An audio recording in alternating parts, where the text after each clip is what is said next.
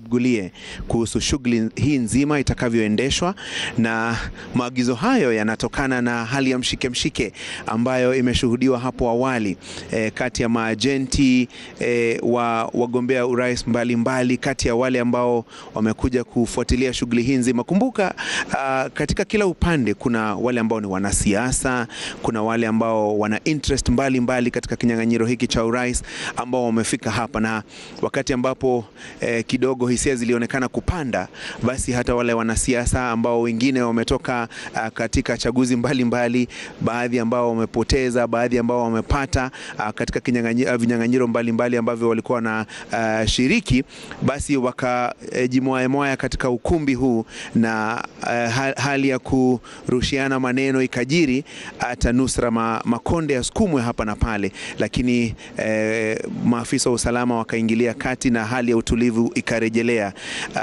Wanasema tempers flaring kwa sababu ya shughuli hii nzima ambayo inaendeshwa hapa, lakini sasa utulivu umerejea na ukaguzi wa fomu unazidi, na matarajio ya wengi ni kwamba shughuli hii itaendeshwa kwa utaratibu unaofaa ili matokeo ya mwisho ya uchaguzi wa urais yaweze kutangazwa. Kumbuka mengi ya haya mambo ambayo tunayashuhudia yakifanyika hapa yalitokana na yaliyojiri katika mahakama ya upeo, yani Supreme Court mwaka 2017, ambapo mawakili wa IEBC, mawakili wa mwenyekiti wa IEBC wakati huo pia na wakati huu Wafula Chebukati, waliulizwa maswali mazito sana pale na majaji wa mahakama ya juu, yani Supreme Court, kuhusu swala nzima la integrity ama uwajibikaji wao wakati wa kutangaza matokeo haya. Maswali yakaulizwa, je, matokeo haya ambayo yametangazwa yalikaguliwa na nani, kwa kutumia fomu zipi? Na ndio sababu katika taratibu hizi mpya ambazo IEBC imeweka katika uchaguzi huu ni kwamba mwenyekiti wa IEBC Wafula Chebukati hawezi kuyatangaza matokeo kutoka eneo bunge lolote kabla matokeo hayo hayajakaguliwa, na ukaguzi wenyewe ni lazima uwe kwanza wa fomu 34A ambazo zinanakili ama zilitumika kunakili matokeo katika vituo vyote vya kupigia kura, na fomu hizo pia zikawasilishwa katika mtandao wa IEBC, yani kwenye ile portal, ili yeyote ambaye ana haja ya kufanya shughuli ya kujumlisha, yani tallying, anaweza kufanya hivyo. Na fomu zenyewe, kumbuka, zilikuwa kwenye kijitabu, one booklet, ambayo ilikuwa na nakala 6, yani original copy na duplicate zingine 5 ambazo zilipigwa ama ziliandikwa kwa pamoja kwa kutumia zile wanaita carbonated booklets, yani form 34A original ndio inayoletwa hapa katika ukumbi wa Bomas. Na vile vile kuna fomu ambazo fomu moja iliwachwa kwenye lile sanduku la kupigia kura ambalo lilikuwa na kura za urais, na wale wa ama maajenti wa wagombea urais wakapewa kila mtu nakala ya form 34A ili waweze pia kuzitumia na kusambaza kwenye tallying center zao ama maeneo ya kujumlisha kura ya wagombea urais mbalimbali.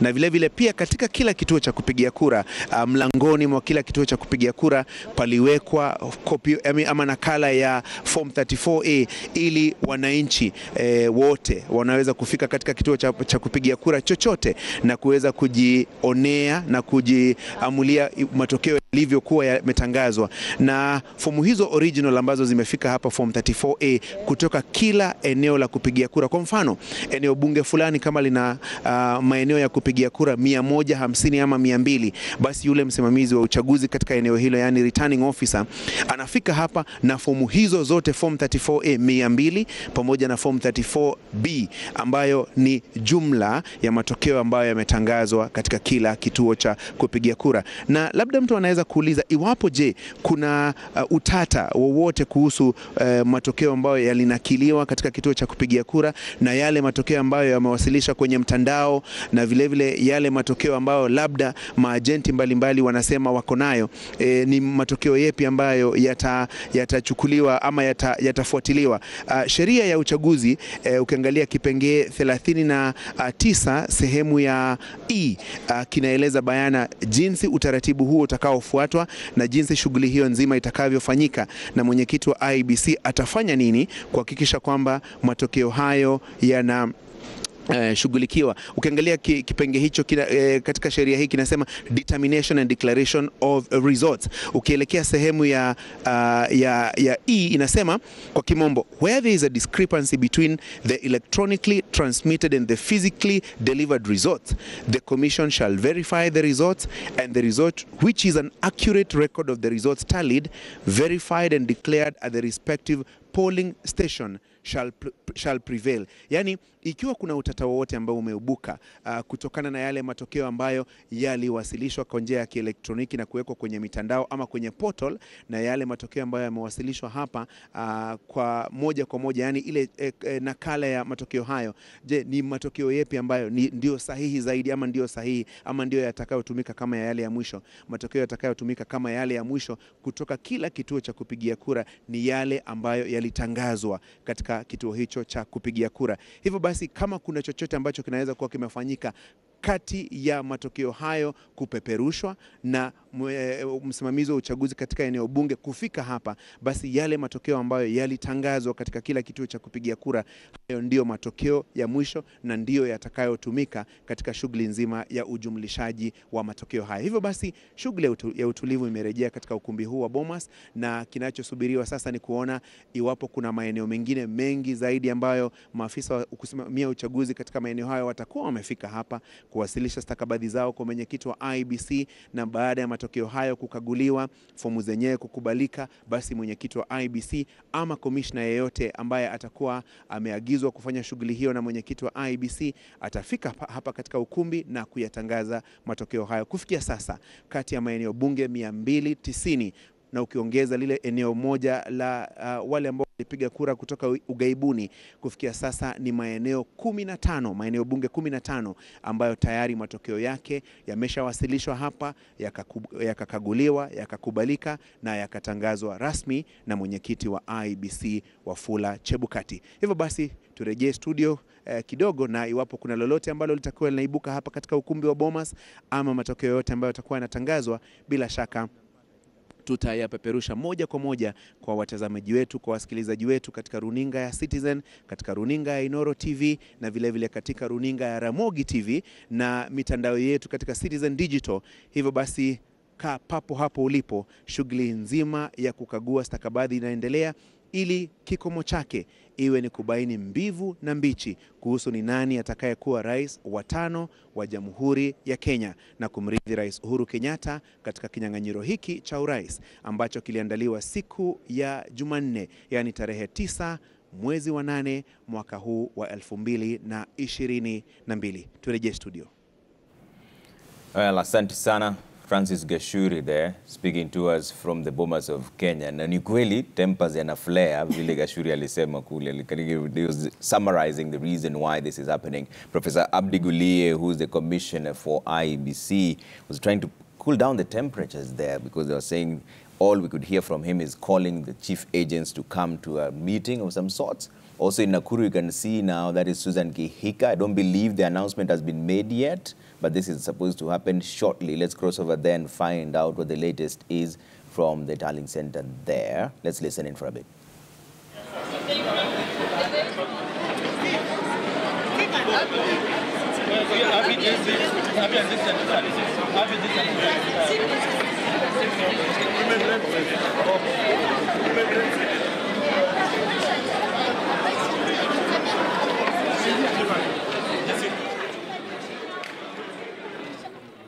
So any moment from now, I believe the announcement should be made in Nakuru. Those are live pictures where Susan Kihika of the United Democratic Alliance is there. She's going against the incumbent, Lee Kinyanjui.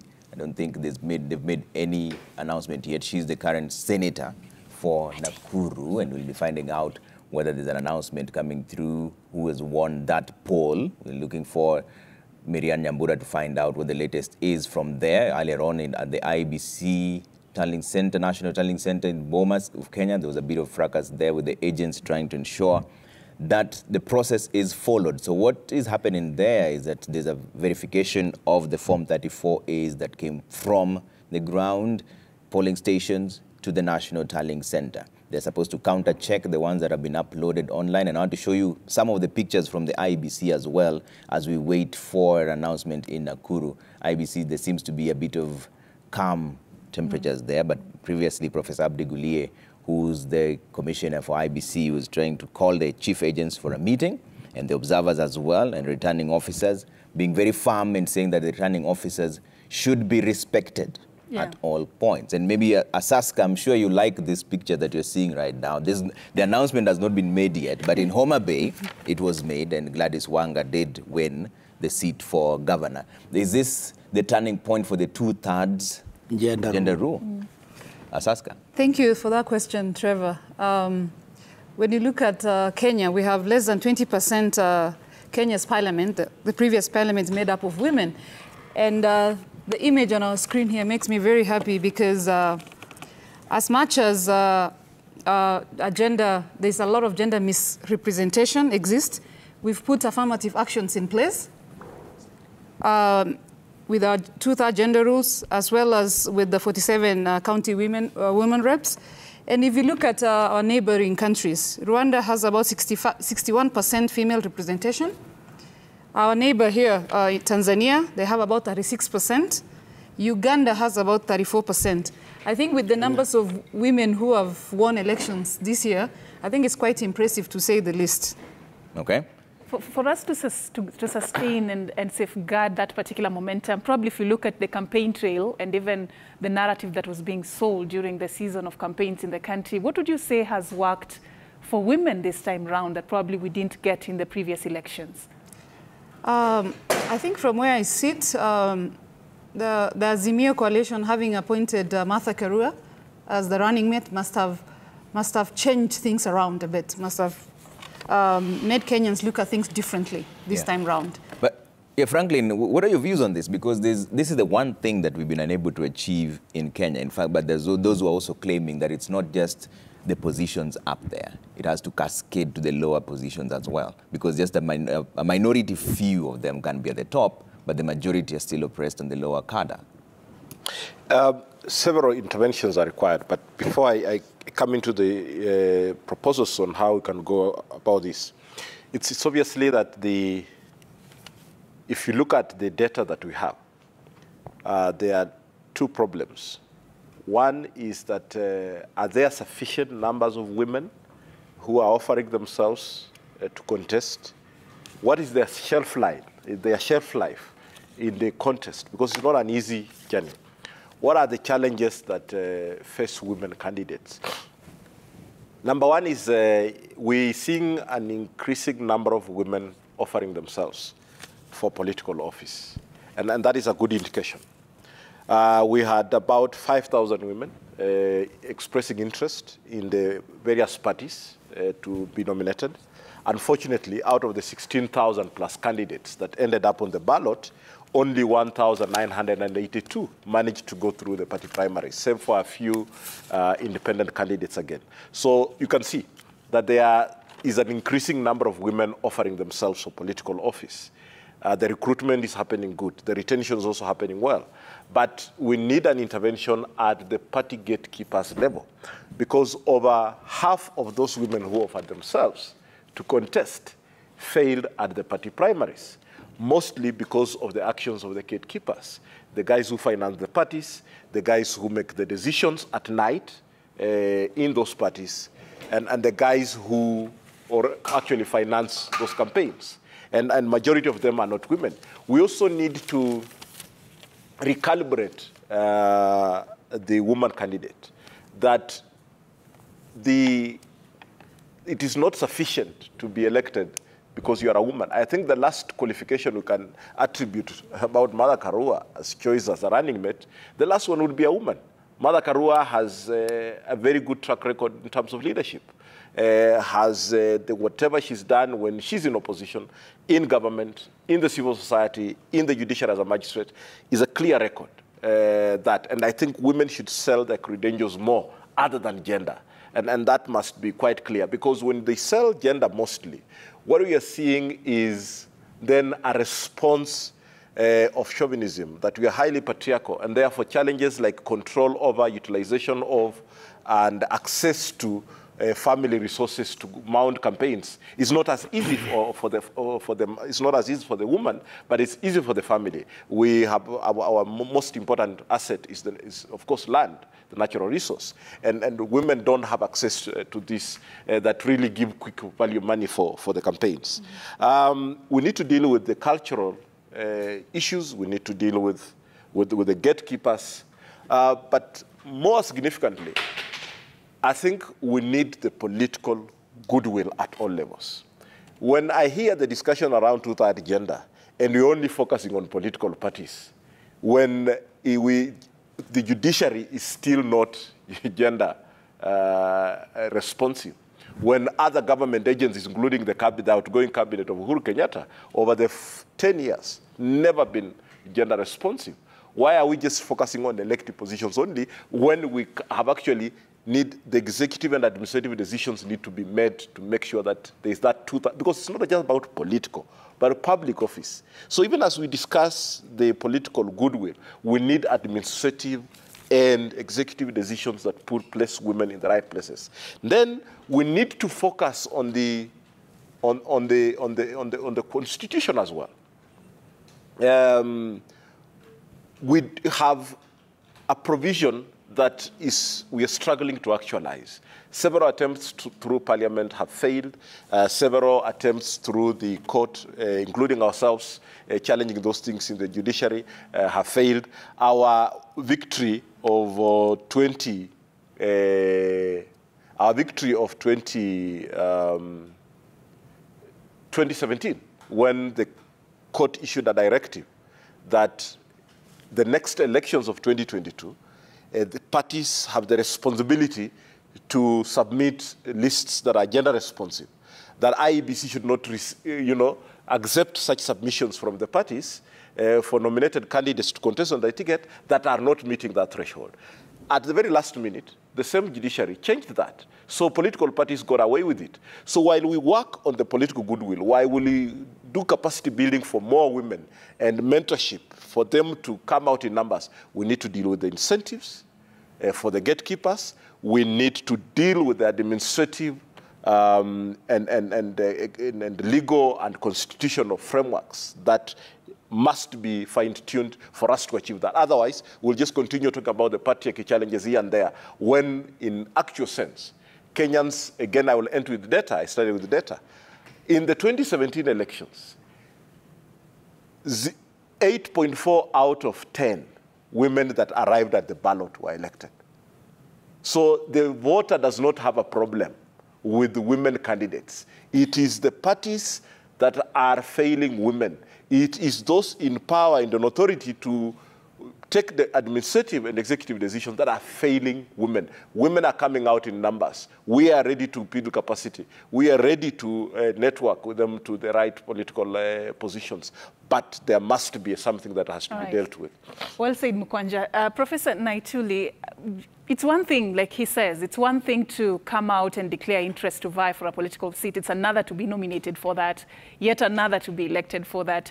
If you look at that journey and how women have fared in that particular journey, who do you think has failed women? What are the missed opportunities that you can cite in supporting women leadership in the country?